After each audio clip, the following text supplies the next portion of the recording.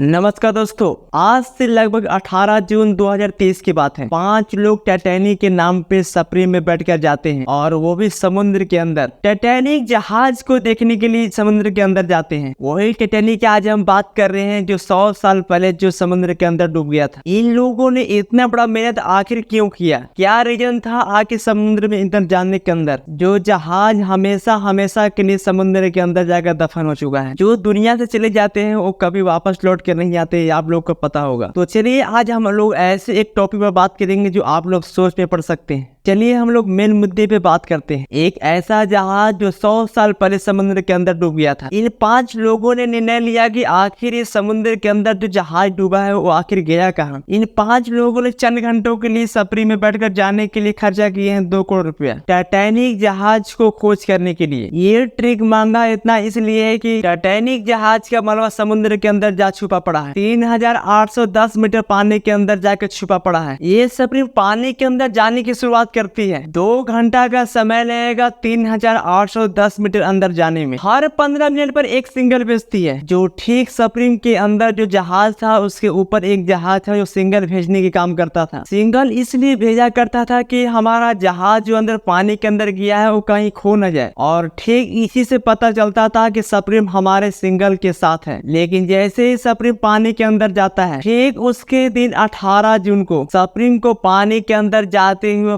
2 घंटा गुजरते हैं। फिर अचानक से ऊपर की जहाज से कांटेक्ट खो देती है। शाम के 4:30 बजे वापस लौटने का उसका समय था। जो सफरी को अपना काम करके ऊपर आ जाना चाहिए था, लेकिन देखते देखते काफी समय बीतने लगा। फिर उसके बाद कहीं उसका नामो निशान तक नहीं मिलने का कोशिश किया। शाम को 7:10 पर पता चलता है कि सफरी का सिग्नल मिलना बंद हो गया। फिर उसके बाद आखिर पता भी नहीं चला कि सफरी गया किधर। फिर उसके बाद एक कोला परिस के नाम से एक कंपनी है जो उसे सूचना दिया जाता है कि सफरी पानी के अंदर से सिग्नल देना बंद कर दिया है और वो पूरी तरीके से खो गया है। फिर सबके मन में एक ही सवाल होता है कि आखिर वो सफरी के साथ आखिर हुआ क्या। The U.S. Coast Guard says debris from the Titan has been brought to the आखिर ये 5 पैसेंजर आखिर गए कहाँ? तो चलिए अब समझते हैं टाइटैनिक सफरी की कहानी। ये जो टाइटैनिक गायब हुई है, जाके छिपा पड़ा है, वो कनाडा के पास लोकेशन दिखा रहा है। जैसे कि आप लोकेशन में देख सकते हैं। इसी बीच गहराई में पानी के अंदर टाइटैनिक का रंग भी मिलेगा, जो 2 हिस्सों में टूटा हुआ है। जो सफरी में खुद की एक पावर होता है जो पानी के अंदर से होकर आ सकता है। तो इसी पूरा ऑपरेशन को चलाया जा रहा था ओशन गेट कंपनी के द्वारा से। इस कंपनी का कहना था कि टाइटैनिक 4000 मीटर अंदर जा सकता है, लेकिन टाइटैनिक जो है वो 12000 मीटर फीट अंदर जाकर बैठा हुआ है। सफरी में जो शीशा लगा रखा था वो बहुत ही छोटा साइज में, और ये सफरी में जो है कुल लोग 5 ही बैठ सकते हैं। इस सफरी को कंट्रोल किया जाता है एक वीडियो कंट्रोल के द्वारा, और इसमें जीपीएस भी काम नहीं कर सकता है।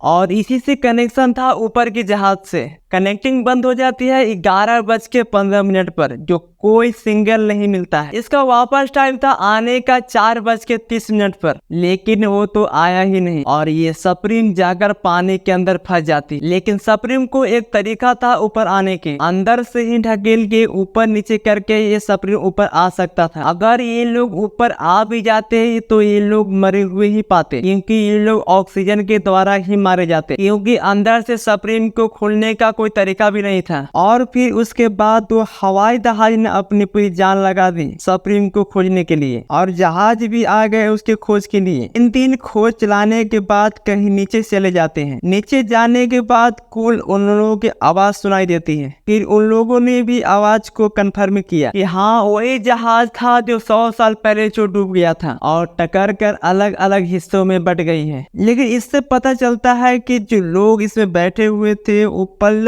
झपकते ही लोग मारे गए। लेकिन फिर यहाँ पर एक सवाल उठता है कि क्या जरूरत थी इसकी खोज करने के लिए जो लोग 5 लोगों की मौत चली गई। तो आप लोगों को क्या मानना है दोस्तों?